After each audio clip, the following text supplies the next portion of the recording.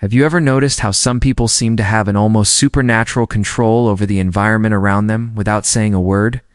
They don't shout, they don't beg, they simply withdraw, and somehow everything shifts. The air changes, tension rises, people become restless, uncertain. They begin to question, to seek, to chase. Emotions stir. Why? Because presence is powerful, but intentional absence can be even more powerful. Ow. Now imagine if you did the same. Imagine if, instead of reacting to every situation immediately, you embrace silence over instinct, stillness over chaos, and distance over confrontation. What do you think would happen then? It's exactly where the point lies, when you decide to stop being constantly available, emotionally, physically. Psychologically, the world around you doesn't know how to respond. It stumbles, because people have learned to depend on your reactions, your impulses, your predictable patterns. They've relied on your readiness to engage, to explain, to comfort, even when you're the one who needs peace. But the moment you step back and choose silence over response, stillness over justification, something profound happens. The game shifts. The balance of power realigns. And those who once believed they understood you suddenly realize they never truly did. Carl Jung once said, "Everything that irritates us about others can lead us to a better understanding of ourselves." Sit with that for a moment. Let it settle, because when you become less accessible, when you begin to guard your presence and energy more intentionally, who really starts to unravel? Who gets uncomfortable, even angry? Who tries to provoke you? Not out of care, but simply to pull some kind of emotional response from you. That's the revealing part. That says more about them than it does about you. Even more painfully, it shows how much you're still being manipulated, often unknowingly. You continue giving your time, your energy, your peace, just to keep people close who were never truly present to begin with. Every forced yes, every hasty reply, every emotional reaction, it chips away at your spirit, piece by piece. And by the end of the day, what's left? Weariness that runs deep. A hollow frustration that doesn't have a clear source. An emptiness that words can't quite describe. But I'll tell you why that emptiness exists, because you've been too available for people who haven't earned even a single moment of your silence. This message isn't about abandoning the world or becoming cold. It's about making the radical choice to prioritize yourself. It's about stepping into what Jung called individuation, the journey of becoming whole, real, and complete. That journey begins the moment you realize that silence can be more powerful than any spoken argument. That pulling away when it comes from clarity, not fear, is not weakness, but an act of inner strength. So now, as you read this, I want to ask you, how long will you allow your emotions to be shaped by others? How long will you dance like a puppet every time someone pokes at your insecurities, your wounds, your doubts? Maybe it's finally time to cut those invisible strings, to pause, to protect your energy, to become just a little less available. Not to punish, but to preserve. Because when you stop being available, everything changes. You have been taught to always be present, to respond quickly, to please, to say yes, even when you wanted to say no. Since childhood, you have been conditioned to believe that your worth lies in how available you are to others. But here's a truth that perhaps no one has told you with this clarity. This excessive availability is not a virtue. It is a subtle prison, a cage made of invisible expectations and emotional obligations. And as long as you continue to believe that you must always be emotionally accessible, mentally present, or physically reachable, you will find yourself manipulated, drained, and eventually discarded the moment you're no longer useful. Why does this happen? Because when you are constantly available, you become predictable, and predictable things, sadly, often become tools in the hands of others. People start to see you not as a person, but as a button, an emotional emergency button. They press it when they want attention, comfort, validation, and once they feel relieved, they set you aside again, like an object placed back on the shelf. You may not realize it at first, because deep down you might still believe in the illusion That your constant presence for others will someday earn you the presence and care you crave in return? But life doesn't work like that, does it? Carl Jung once spoke about the persona, the mask we wear to be loved, accepted, approved. It is this very mask that traps you in this loop of over-availability. You say, "I'm fine," when your chest feels heavy. You answer messages instantly, even when you're mentally exhausted. You explain yourself, justify your actions, defend your choices, as if you owe the world an explanation for simply existing. But the truth is, the more you center your life around others, the more you fade from your own narrative. Being constantly available is a subtle form of self-abandonment. It's a quiet, dangerous way of seeking approval, of chasing validation, of avoiding the pain of rejection. You think you're being kind, being supportive, but in reality, you're slowly handing over pieces of your peace. You're giving away your life energy as if it were endless, when in fact, it is finite, deeply finite. And here's the part many don't want to admit. The people who expect you to be constantly accessible, they don't truly want you. What they want is what you provide: your emotional labor, your presence, your attention, your silence when they need to vent. But the moment you shift, the moment you say no, the moment you put up a boundary or stop reacting, they become frustrated. They call you distant, accuse you of changing. But it's not that you changed, it's that you stopped being useful to them. And this is perhaps the cruelest truth. The more accessible you are, the less people respect you. The more you give without being asked, the less people value what you offer. Because anything too abundant becomes disposable. Anything too easy to reach becomes invisible. No one truly values what they never had to work for. So take a breath and think deeply. Who really deserves your time? Yes. Who has earned your energy, your attention, your presence? Or more importantly, who has earned your absence? But before answering that, we must ask a more essential question. Why do we react so quickly? Why is it so hard to pause, to say no, to stop justifying ourselves? What's hidden behind this automatic need to please, to explain, to be liked? The answer lies in something Carl Jung described as psychic energy. And that's exactly what we'll explore in the next part. Because your energy is all you have. If you don't learn to protect it, someone will use it against you. If this content is making sense to you, click the subscribe button and subscribe to the channel. Thank you for your support. Carl Jung did not see the human psyche as an automatic machine that reacts to stimuli without consequences. To him, the human mind was not simply a reactionary tool, but an intricate energy system, where each thought, each feeling, each action comes at a cost. Nothing we do is free of consequence. Everything consumes a part of our psychic energy. The question is, are you consciously choosing where your energy flows? Or are you letting the outside world decide that for you? Every time you respond impulsively, without intention or reflection, you are leaking precious energy. When you rush to defend yourself against a baseless criticism, you engage in arguments just to be right, when you entertain the drama of people who don't truly value you, you are spending your inner power on distractions that leave you depleted. You may not feel it immediately, but with time, it shows in your stress, your fatigue, your emotional weariness. Jung was crystal clear. That which you resist persists. The more you react to everything around you, the more entangled you become. Instead of freeing yourself, you're reinforcing the very chains that bind you. But here's something crucial. People who feel emotionally drained aren't weak. They aren't broken. They're simply misdirected. Their energy isn't being protected. It's being scattered. And what happens to someone who lives in a state of constant emotional exhaustion? They become vulnerable, easy to read, easy to use. When your defenses are low, manipulative, and opportunistic, people can sense it. It's like emotional predators. They spot your openness, your tendency to react, your desire to help and solve. And slowly, they take advantage, sometimes subtly, sometimes ruthlessly. They know you'll respond. They count on it. Jung believed that a healthy psyche is one that learns how to contain its own energy.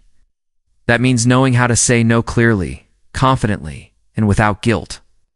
It means remaining silent when words are unnecessary and not interpreting. Stillness as weakness. It means observing before acting, choosing your response rather than offering it by reflex. Because true inner power doesn't live in the act of reacting, it lives in the space before the reaction. In that still pause where you choose how, when, and even if to respond. And that ability comes only with deep self-knowledge when you begin to understand your own impulses, not obey them blindly. Ask yourself, how many nights have you spent replaying a single conversation in your mind, unable to sleep? How many hours have been lost to internal battles about what you should have said or worse, trying to understand why someone treated you poorly? That's your energy being siphoned off into empty space.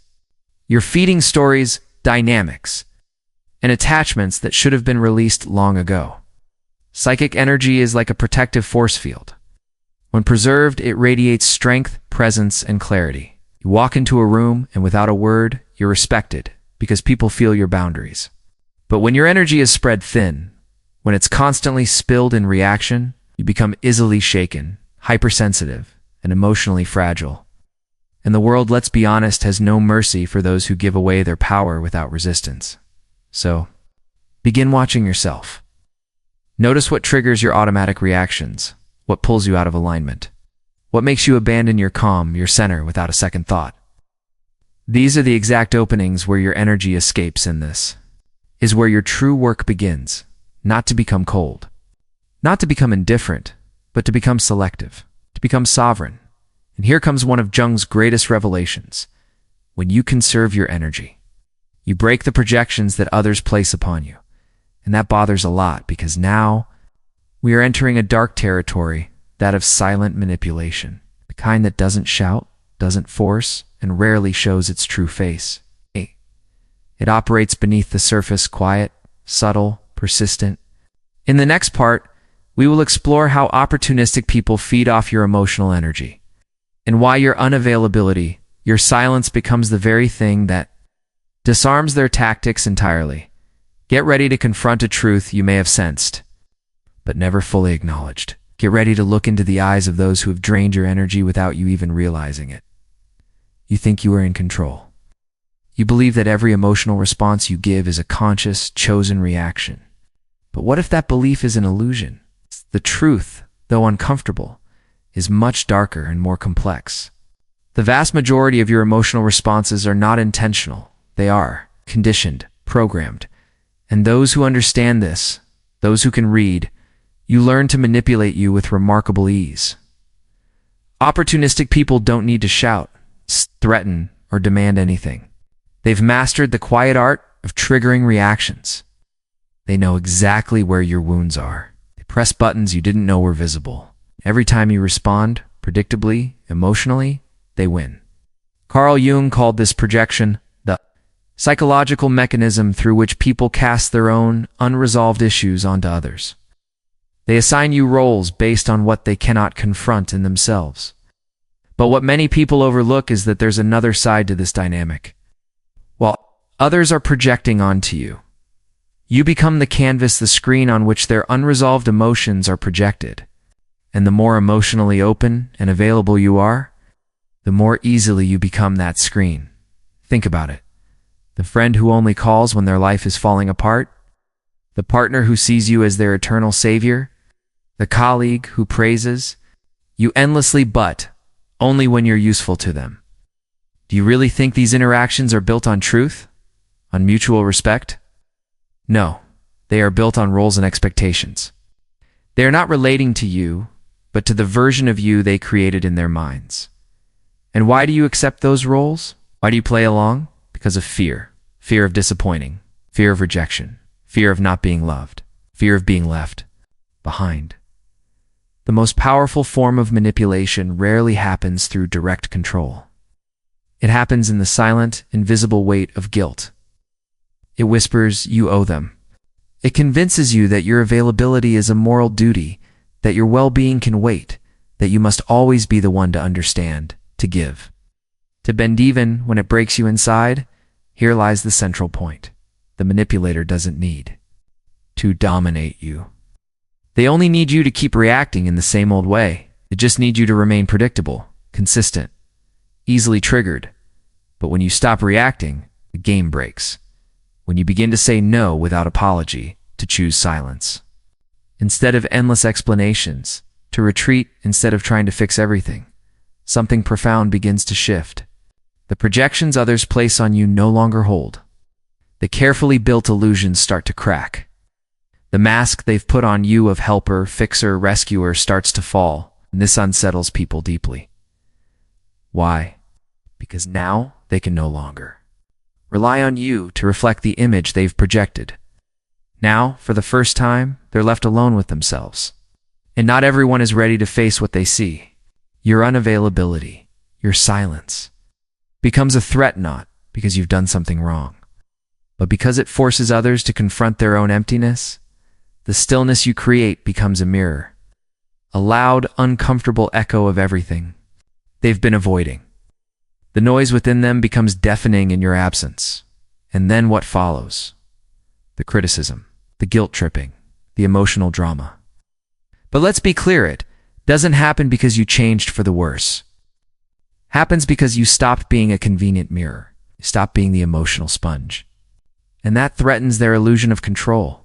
Carl Jung once said, "We do not become enlightened by imagining figures of light, but by making the darkness conscious." When you withdraw, when you stop feeding the cycle, the other shadow begins to emerge. That shadow, hidden for so long beneath smiles, dependence, and polite manipulation, starts to reveal itself. And this revelation is unbearable for those who have always used you as an emotional escape, a coping mechanism, a distraction from themselves. They're not just uncomfortable, they're destabilized, because the mask they've worn begins to slip, and for the first time, they must confront the parts of themselves they've projected onto you. But what about you? Are you ready to deal with the discomfort that follows such a shift? Are you prepared to be misunderstood, rejected, or even attacked simply for having the courage to protect your own peace? Are you ready to endure the silence that comes after the rupture, the unsettling, empty space that follows when you stop explaining yourself, stop apologizing, stop responding? Because it is precisely in that silence where something rare and powerful is born. That is what we will explore now. In the next part, you will understand why silence is not weakness.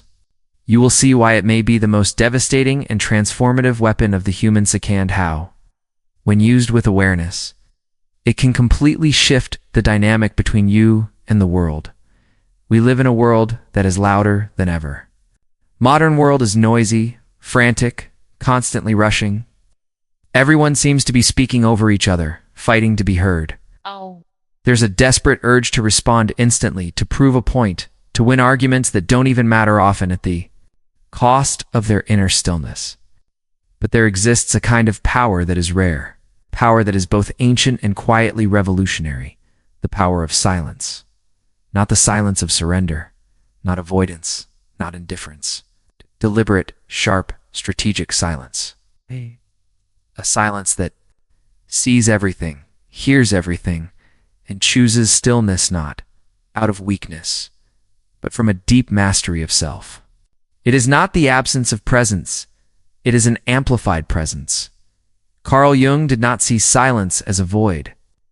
On the contrary, he saw it as fertile ground soil, where awareness and inner transformation begin to grow. When you stop reacting, truly stop, you begin to observe. And that's when you start seeing clearly patterns that have repeated for years. Manipulation cycles hidden in plain sight, habits of self-sabotage dressed up as helpfulness or kindness. Silence brings clarity. And clarity is dangerous to those who have built their control on your confusion. Have you ever noticed how some people panic when you don't answer, when you don't explain yourself, when you simply vanish from the dynamic? It's not because they genuinely miss you. It's because your silence has robbed them of the narrative they depended on. While you speak, they can still influence the story. But when you fall silent, the power dynamic shifts. Suddenly, they don't know how to play their role anymore. Because real silence isn't about muting your voice. It's about mastering your energy. It is the conscious refusal to be dragged into someone else's emotional chaos. It is the deep knowing that some battles are not yours to fight, and some conversations are not worth the wear on your soul. Jung said that individuation, the process of becoming your most authentic self, requires distance, space, solitude. Because only in silence can you finally hear yourself, without the noise of others distorting your truth. It is not easy. It's not glamorous. It's not instantly rewarding. Silence has a price. It will distance you from those who only valued you for the role you once played in their lives. It will make you appear strange, cold, even arrogant to people who only saw you through the lens of their own expectations. They won't understand because they never really knew you. They only knew the version of you that served their needs. And here is the hard truth. The more you mature, the more selective you become with your words. Because you realize that every sentence, every explanation, every emotional response is an energetic investment. Not everyone, not every situation deserves access to your truth. Sometimes silence is not retreat. It is sovereignty. It is the quiet strength of someone who no longer feels the need to justify their existence or prove their worth. Silence, when chosen consciously, is the language of those who have stepped out of the exhausting loop of explanation. It speaks volumes not through sound, but through stillness. It unsettles others not because it is empty, but because it creates a mirror.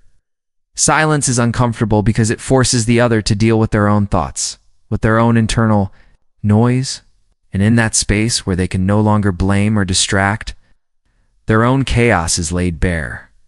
This discomfort doesn't come from what you sit, it comes from what you no longer give them. The absence of your energy, your reactions, your validation, that absence says more than 1,000 arguments ever could. You don't need to explain your distance. Your absence explains itself. Those who feel shaken by it are not reacting to youth. They are reacting to their sudden loss of control. Because without realizing it, they relied on your imbalance, on your constant availability, to maintain their own illusion of stability. But here's the truth.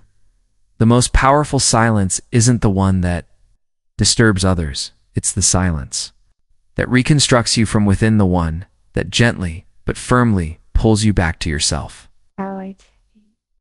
Beneath the masks you once wore to survive. This kind of silence connects you to something deeper than approval or external validation. It connects you to essence. It is inside this internal space, free from the weight of others' demands and projections, that you begin to recover. You begin to reclaim your energy, to remember your own rhythm. It's where you stop being who others need and start becoming who you truly are. And this inner reclamation is not a luxury, it's a necessity. And this is precisely what we will talk about in the next part, because it's not enough to simply cut out external noise. You need to relearn how to use your energy consciously. You must begin to choose intentionally where your energy flows, where it lingers, and perhaps most importantly, where it should never be wasted again. It's time to become selective, not just with your time, but with your soul. If you are in the process of reclaiming your energy and learning how to protect it, you may find immense value in my book, Beyond the Shadow. It breaks down Jung's most vital psychological ideas in clear, accessible ways and offers practical tools to help you draw boundaries, protect your energy, and reconnect with the person you were always meant to be. The link is in the pinned comment. But remember this: insight alone is not enough. It's useless to understand these concepts intellectually if in practice you continue to betray yourself. If you keep saying yes when you want to say no, replying to messages that deplete you, engaging in shallow conversations, or clinging to lifeless relationships held together by habit, not love, awareness without action is just another form of self-deception. Real change begins when you choose deliberately, unapologetically, to become selective. And this demands emotional discipline, not harshness, not cruelty, but clarity. Conscious unavailability is not arrogance. It is not indifference. It is the recognition that you no longer owe constant access to anyone, that your time, your energy, your peace, these are sacred and must be guarded. It begins with simple but profound steps: not replying immediately, taking a breath before reacting, walking away from discussions that drain you before they erupt into chaos, turning off your phone without guilt, saying not today, saying I'm not interested, saying I choose not to get involved. Here's the most important part: You don't need to justify any of it. You don't owe explanations for your silence, your distance, your healing. You owe nothing to anyone but yourself. And for many people, this is unforgivable. Because when you stop explaining, when you stop making yourself emotionally available on demand, you take away their ability to trap you in a narrative, a story, in which you are always the helpful one, the understanding one. It's the one who is there no matter what. But that chapter is over. And you are the one who gets to write the next. Carl Jung understood that every process of individuation goes through isolation, but not a depressive isolation, not the kind that buries you under loneliness, but rather a sacred isolation, a deliberate and vital retreat into yourself. It is a time when the external world quiets down, not because it disappears, but because you've finally chosen to lower its volume. A time when you stop asking for directions from others and begin listening with reverence to the compass of your own voice. In this space, something begins to shift. You no longer rebuild your identity from what others expect to see in you, but from the deeper truth rising within. Want a simple yet revealing way to measure your growth? Observe who starts to distance themselves from you when you become more reserved. Watch carefully who begins to poke and provoke the moment you stop reacting. Pay close attention to those who accuse you of changing right when you start protecting yourself for the first time. What are these signals, if not clear markers of your transformation? These are not signs that you are wrong. On the contrary, they are proof uncomfortable. Perhaps that you've begun to step out of your old patterns and into your freedom. Let's be honest, being unavailable at first is deeply uncomfortable. You may wrestle with guilt, might even wonder if you're being selfish. Of course, you'll hear it from others. You've changed, you're too cold, or you've become distant. But isn't that the voice of the past trying to pull you back? This is part of the necessary undoing. You've spent a lifetime being trained, sometimes praised, sometimes punished for putting yourself second. So of course, claiming space now feels unnatural, but it's not wrong. It's evolution. And naturally, change causes discomfort, not just in you, but in everyone who once benefited from your compliance. Conscious unavailability is the foundation of self-determination. It's not about building walls, it's about building clarity. When you say no to the world, you are saying yes to your own well-being. When you step out of a toxic room, you are declaring that your peace holds more value than any shallow bond or obligatory connection. And something remarkable happens when you stop explaining yourself. People may not like it, but they start to respect it, even if only a few do. That's enough. But this kind of emotional clarity comes at a price. Not everyone is prepared for it. Your absence from the emotional entanglements they relied on will shake them.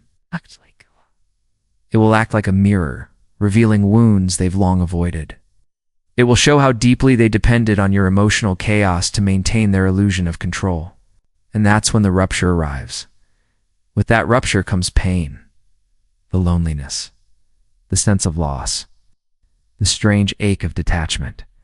You might feel like you're leaving something behind, but in truth, you're releasing something that never truly belonged to you. And this can be disorienting. But it is necessary. So what happens after that? After the noise fades and the ties? Lucine? What comes after the distancing? What is born from the silence? In the last part, we will explore this rebirth, the powerful return to self that only emerges when you've had the courage to be misunderstood, to walk alone, and to become whole from within. Because that is the paradox of true freedom. It's born not from being surrounded, but from being centered. When you stop being available to everyone, something profound begins to happen. First, there is the silence. A heavy, unfamiliar silence that echoes louder than any voice. It may feel like an emptiness screaming inside you.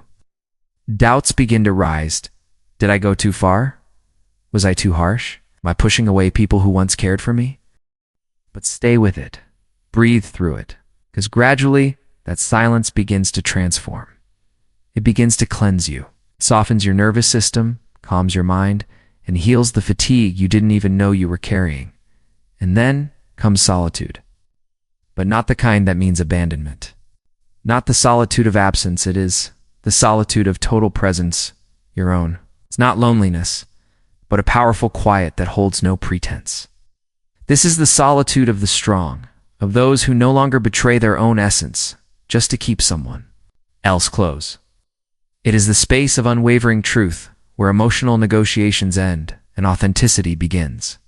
And in that sacred stillness, where confusion once clouded your mind, clarity arrives like a rising sun. Where anxiety once took root, peace slowly settles in. Where neediness once whispered, a quiet and unfamiliar strength now speaks.